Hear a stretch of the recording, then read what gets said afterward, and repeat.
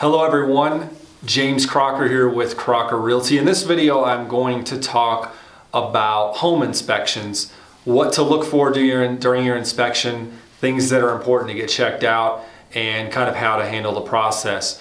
If you're thinking about buying or selling a home, I do work with both buyers and sellers. Please send me a message or give me a call anytime. If you find this video useful, please like it on Facebook or share it with people that you know that might be in the market. I'm happy to help you or your loved ones. So if you're buying a house, one of the first steps that you're going to take once you've got an offer accepted is getting the home inspected. So there are a few things that you want to look for during the home inspection. You're always going to want to get a general home inspection done. I have several inspectors that I work with that I recommend to my buyers. Certainly you can use someone of your own choosing if you wish as well, but I have a few people that I work with that are reputable that do a really good job.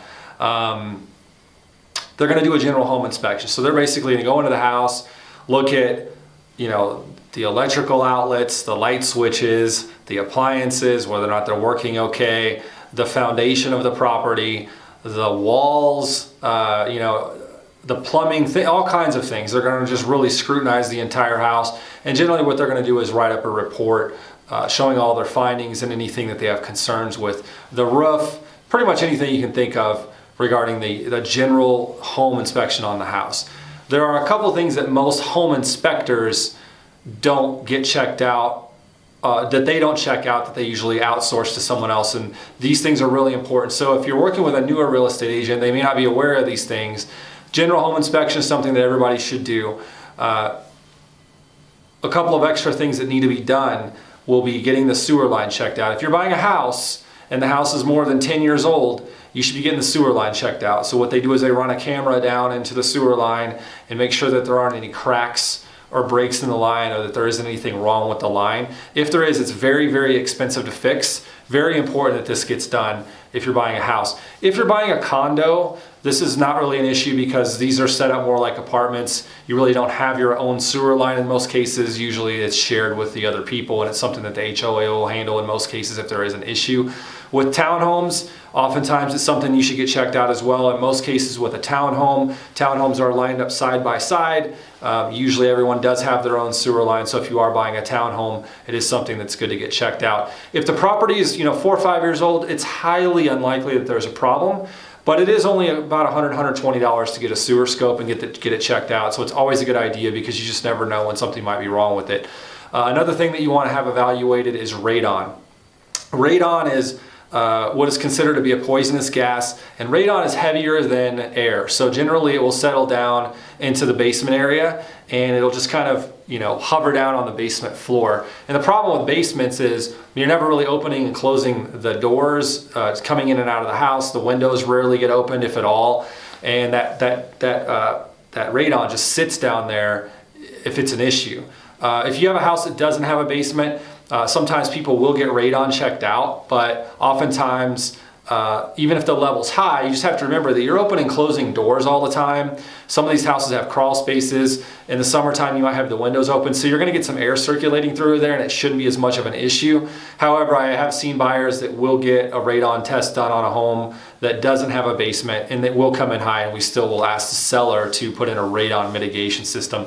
If the house has a basement, always get a radon test done. If it comes in high, the seller is almost always going to agree to put in a mitigation system because they know that that's a concern for a lot of home buyers. It's a health concern. So general home inspection, radon test, sewer scope. These things always must be done. The sewer scope would be unnecessary if the house is probably less than 5-10 years old. The radon, in my opinion, doesn't need to be done if there is not a basement, but if you wanted to get it done on a home without a basement, it could still be done, and if the levels came in high, it could still be something that is requested of the seller to be corrected.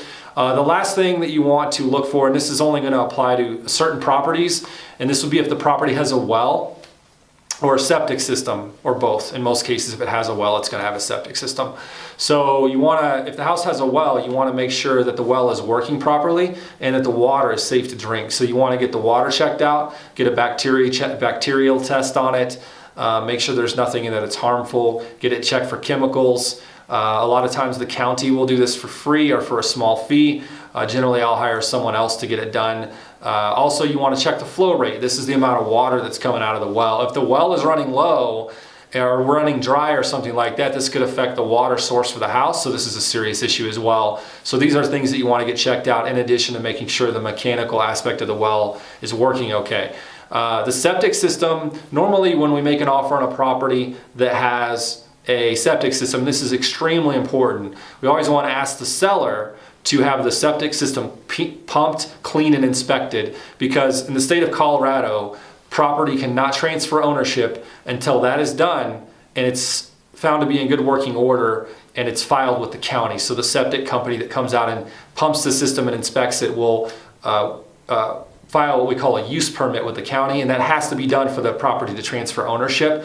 We always want to ask the seller to do this because as a buyer, if you go get everything evaluated and there's something wrong with the septic system and the seller refuses to fix it, now you've spent all this money on the inspections and appraisals and all of these things, and if the seller refuses to fix it, now you can't close on the house because the state of Colorado will not let you close without a use permit being issued. So if there was a hole in the septic system and it had to be replaced and the seller refused to do it, you would be out all of these costs that you spent on all these other things. Or the seller might suggest that you pay for it yourself. So on the front end, when we write an offer, we want to make sure that we're asking for that septic system to be checked out. So these are some things that you want to get checked out during the home inspection.